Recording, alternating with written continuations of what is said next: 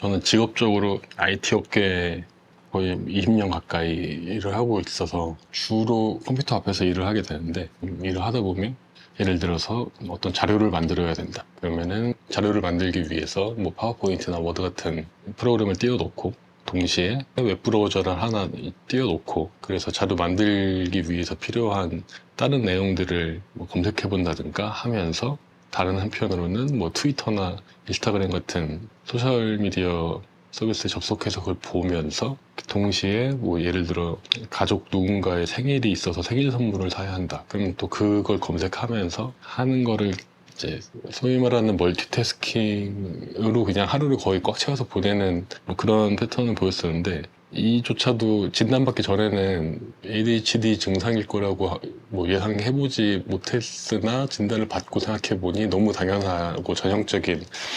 그런 특징이었죠. 이런 얘기를 하면 이제 어떤 사람들은 그걸 되게 부러워할 때가, 어떻게 멀티태스킹이 가능하냐 이런 식으로 얘기하는 사람들도 있고, 또 어떤 경우에는 이게 또 이 얼마나 산만하고 비효율적이냐라고 생각하는 사람들도 있고,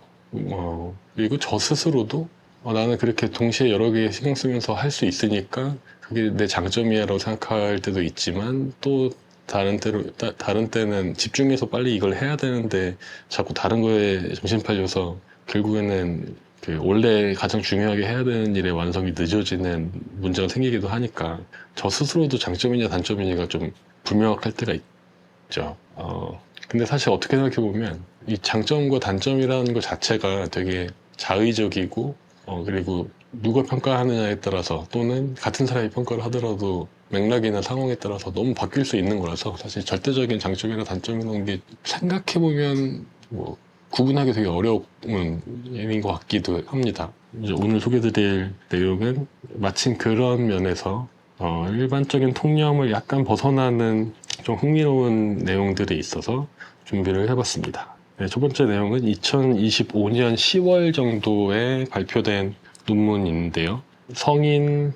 총 400명을 모집을 해서 이제 ADHD 진단 받은 사람 200명, 그리고 ADHD 진단이 없는, 받지 않은 사람 200명을 모집해서 400명의 뭐 성별, 나이, 학력, 사회적인 특성 이런 것들이 어느 한쪽이 치우치지 않게 그 적당하게 랜덤하게 잘 분포가 되어 있는 상태로, 사람의 주관적인 어떤 강점이라고 할 수 있는 요소들을 25개를 리스트업을 하고, 그래서 그 나 스스로가 이 25개의 강점 중에 어떤 게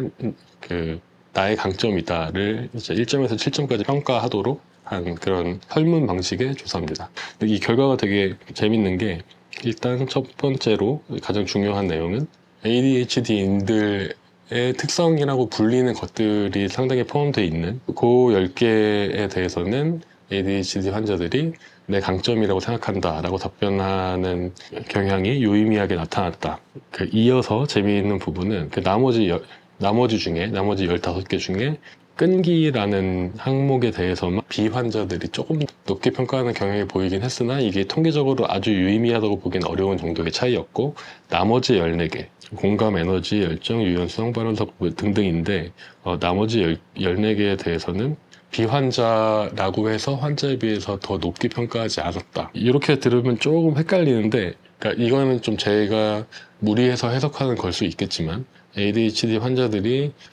이제 진단을 받고 또는 성장하고 사회생활을 하는 과정에서 자신의 ADHD적인 특성을 단점이라고 생각할 수 있다고 여기기 쉬운데, 실제로는 오히려 강점이라고 여기는 게 더 두드러지게 나타나고, 반대로 비ADHD인들, 비환자들이 뚜렷하게 강점이라고 생각하는 어떤 경향이 발견되지 않았다는 거죠.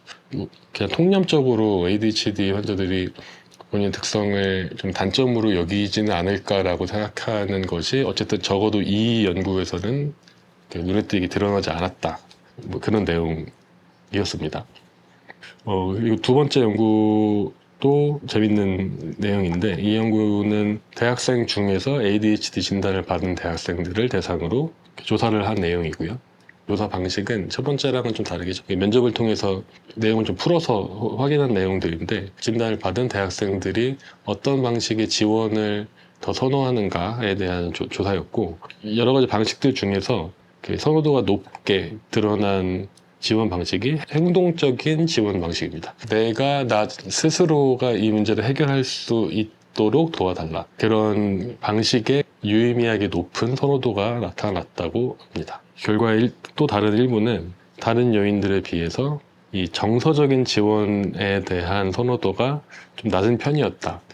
그러면 저희가 일반적으로 생각할 때 ADHD처럼 심리적인 어떤 핸디캡이 있는 사람들의 경우에 어떤 공감이라든가 이런 정서적인 지원이 되게 중요하다고 생각하기 물론 어떤 의학적인 측면이나 심리학적인 측면에서는 정서적인 지원이 중요하지만 대학생들 스스로가 선호한다는 기준에 있어서는 정서적인 지원보다 오히려 내가 어떤 행동을 할 수 있게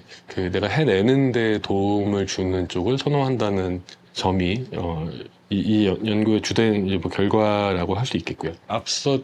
소개해드린 첫 번째 논문과 두 번째 논문을 결합하면 결국에는 저희가 그냥 통념적으로 또는 약간의 선입견을 갖고서 바라봤을 때 ADHD를 갖고 있는 사람들은 그런 뭐 산만함이나 주의 집중이 안 된다든가 충동적인 행동을 한다든가 하는 그런 부분에 대해서 단점이라고 인식할 거라고 생각하기 쉽고, 그런 것들을 해결하기 위해서 뭔가 뭐 정서적인 지원이라든가 아니면 뭔가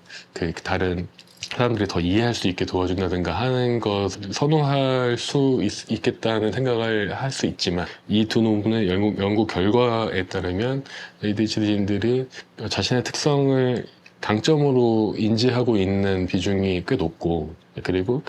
본인이 더 주체적으로 행동하는 데 도움을 주는 것을 선호한다는 측면에서 그런 통념과는 약간 다른, 뭐 제 입장에서는 ADHD를 갖고 있는 제 입장에서는 꽤 긍정적으로 느껴지는 그런 연구 결과였다고 할 수 있겠습니다. 저처럼 좀 나이 먹고 진단 받은 사람의 경우에 저는 학부 전공 자체가 심리학이었어서 학교 다닐 때 ADHD라는 거를 배웠음에도 불구하고 그게 저라고 생각을 안 하고 살다가 나중에 알게 됐을 때 그래도 저는 그게 어떤 건지 알고 이해도가 좀 있는 상태에서 진단을 받은 거기 때문에 받아들이기가 별로 어렵지는 않았는데, 모든 분들이 저렇진 않겠죠. 처음에 진단을 받았을 때 되게 충격적으로 받아들이시는 분들도 있었을 거고, 또는 이제 자녀가 진단을 받았을 때 실제에 비해서 더 큰일이 난 것처럼 느끼거나 이제 충격을 받을 가능성도 있는데, 그런 경우에 처음에 그걸 받아들이고 이 특성을 내가 어떻게 소화를 해야 되는지에 대해서 좀 혼란스러워하는 경우들이 제 주변에서도 좀 보이고 그런 얘기를 많이 듣기도 하거든요. 실제로는 인트로에 말씀드렸던 것처럼 제가 멀티태스킹이 습관화되어 있는 것들이라든가 그 외에도 뭐 기타 등등 여러 가지 특성들이 장점이라고 여겨질 때도 많이 있기 때문에, 특히나 이런 연구 결과를 보면 나와 같이 ADHD를 갖고 있는 사람들이 만약에 모두가 되게 비관적으로 보고 있다는 연구 결과가 나왔다면 저도 약간 힘이 빠지는 면이 있었겠지만, 그렇지 않고 그 반대로 좀 더 주도적이고 진취적이고 긍정적으로 보는 그런 부분들이 많이 있다는 결과였다는 점에서 힘을 내시는데 도움이 됐으면 좋겠습니다. 네, 그러면 저는 또 다른 재미있는 정보와 도움이 되는 정보들로 찾아뵙도록 하겠습니다.